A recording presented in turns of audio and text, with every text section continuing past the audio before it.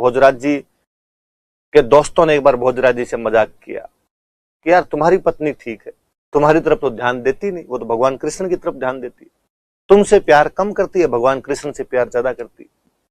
भोजराज जी मुस्कुराए और भोजराज जी ने मुस्कुरा कहा कि थैंक यू मीराबाई को कि उसने कम से कम अपने प्रेम से मुकाबले में मेरा मुकाबला जो है, अपने प्रेम के मामले में मेरा जो मुकाबला भगवान कृष्ण से करवा दिया है।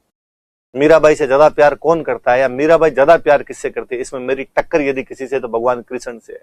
दो ही तो प्रतिद्वंदी है कि मीरा ज्यादा प्यार किससे करती है, तो मैं या भगवान कृष्ण। डायरेक्ट भगवान से टक्कर ले रहे हैं, इससे बड़ी बात और क्या होगी। कोई आनिए बानिए के साथ तो होड़ हो नहीं रही अपनी। भोजराज जी बहुत जल्दी डेथ हो जाती है। भोजराज जी अपने पिता सांगा के जीवन काल में डेथ हो गई थी। सांगा उसके बाद मीराबाई को मना करते हैं कि इनको सती वगैरह नहीं करना, भाई सती नहीं होने चाहिए, भगवान की भक्त महिला, इनको रहने दिया जाए। और सांगा जी की डेथ हो जाती है। मीराबाई के एक देवर होते हैं रतन सिंह।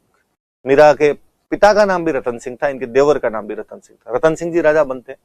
रतन सिंह जी भी बहुत ध्यान रखते हैं एकदम कि हाँ भाई ये जो है इनका पूरा ध्यान अपनी भगवत भक्ति में रहे। रतन सिंह की भी बहुत अर्ली डेथ हो जाती है। रतन सिंह की डेथ के बाद में मीराबाई के एक और देवर राजा बनते हैं, विक्रमादित्य। विक्रमादित्य के और मीराबाई के टाइम में थोड़ी खटपट होनी शुरू हुई। विक्रमादित्य को ये पसंद नहीं था कि जो मीराबाई है वो पूरे दिन भगवत भक्ति के अंदर है। और उससे भी बड़ी बात यह है कि उन दिनों रैदास जी चित्तौड़ पधारे हुए थे और मीराबाई रैदास जी के भजन सुनने के लिए जाया करती थी। विक्रमादित्य ने कहा कि ये बात गलत है। पहली बात तो यह कि रॉयल फैमिली की महिला इस प्रकार घर से बाहर नहीं जा सकती। दूसरी बात यह कि विडो महिलाएं जो है वो घर से बाहर नहीं जा सकती।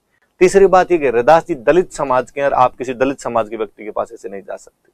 विक्रमादित्य मंद बुद्धि था, उसमें दिमाग नहीं था। मीराबाई ने उसको कहा कि मैं तीनों करूंगी।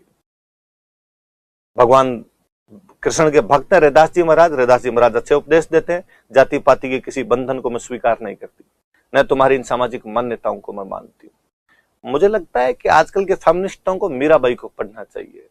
वो पहली महिला जिसने कहा होगा माई लाइफ माई चॉइस, वो मीराबाई है। उस समय इन टेबू को तोड़ना कितनी बड़ी बात थी। वो विधवा होने के बावजूद घर से बाहर निकल रही थी और रॉयल फैमिली के सदस्य होने के बावजूद घर से बाहर निकल रही थी और दलित समाज के एक व्यक्ति रैदास को अपना गुरु मान रही थी। मीराबाई वाकई अपने आप में एक रिसर्च का विषय है और बोल्ड थी, बड़े बोलने में ब्लंट थी एकदम। कहते हैं मथुरा गए थे एक बार, रूप गोस्वामी जी महाराज रूप गोस्वामी जी महाराज उन दिनों मथुरा के अंदर रह रहे थे और उन्होंने व्रत धारण कर रखा था कि मैं किसी महिला का मुंह नहीं देखूंगा।